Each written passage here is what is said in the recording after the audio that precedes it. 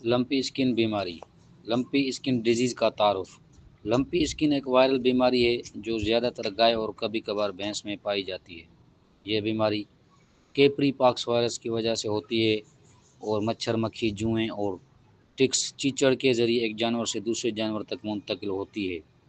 اس بیماری کی جو علامات ہوتی ہیں ان میں جانور کے جسم پر گول گول سخت گٹھلیاں، جس کو انگریزی میں لمپس بولتے ہیں، وہ نمودار ہوتی ہیں، اور اس کے علاوہ بخار، ناک اور آنکھوں سے پانی کا آنا۔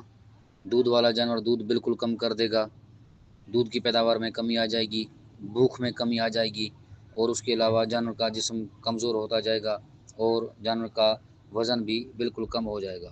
بعض اوقات جلد کے نیچے زخم اور ناسور بھی بن جاتے ہیں۔ اس بیماری کا سبب ایک وائرس ہے۔ وائرس کی منتقلی مکھی، مچھر اور خون چوسنے والے کیڑوں سے ہوتی ہے۔ متاثرہ جانور کے ساتھ براہ راست رابطہ، آلودہ آلات، سرنج یا پانی کے ذریعے بھی یہ بیماری پھیلتی ہے۔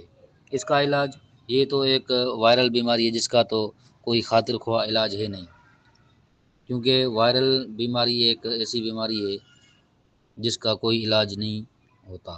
متاثرہ جانوروں کو آرام دینا، صاف ستھرا ماحول فراہم کرنا اور اس کے علاوہ درد کم کرنے اور انفیکشن کو روکنے کے لیے اینٹی بائیوٹک دی جاتی ہے۔ جانور کو ہاضمے کے نظام کی درستگی کے لیے چیزیں دینی پڑتی ہیں، ہاضمے کے پاؤڈر وغیرہ دینے پڑتے ہیں، طاقت کی چیزیں دینی پڑتی ہیں تاکہ جانور کی بھوک کم نہ ہو اور جانور کی امیونٹی ڈراپ نہ ہو۔ جانور کو طاقت کے ٹیکے بھی لگائے جا سکتے ہیں۔ اگر جانور کو زخم بن جائیں چمڑے پہ تو زخم پر جراثیم کش دوا لازمی لگائیں۔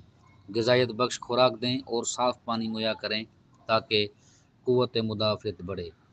اس بیماری کی ویکسین، لمپی اسکن کی روک تھام کے لیے ویکسین موجود ہے۔ پاکستان میں مختلف کمپنیوں کی ویکسینز موجود ہیں، یا ملکی سطح پر گوٹ پوکس ویکسین بھی استعمال کی جاتی ہے۔ ویکسین 6 ماہ سے زائد عمر کے صحت مند جانوروں کو دی جاتی ہے۔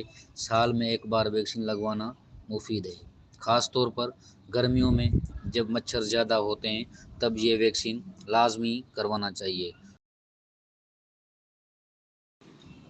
اور اس کے علاوہ چیچڑ اور جوؤں کے خاتمے کے لیے انجیکشن آئیورمیکٹن لازمی کروانا چاہیے تاکہ جوئیں وغیرہ، چیچڑ وغیرہ ختم ہوں۔ لمپی اسکن ایک خطرناک بیماری ہے، مگر بروقت ویکسین، صفائی اور احتیاطی تدابیر سے اس کا مؤثر طور پر مقابلہ کیا جا سکتا ہے۔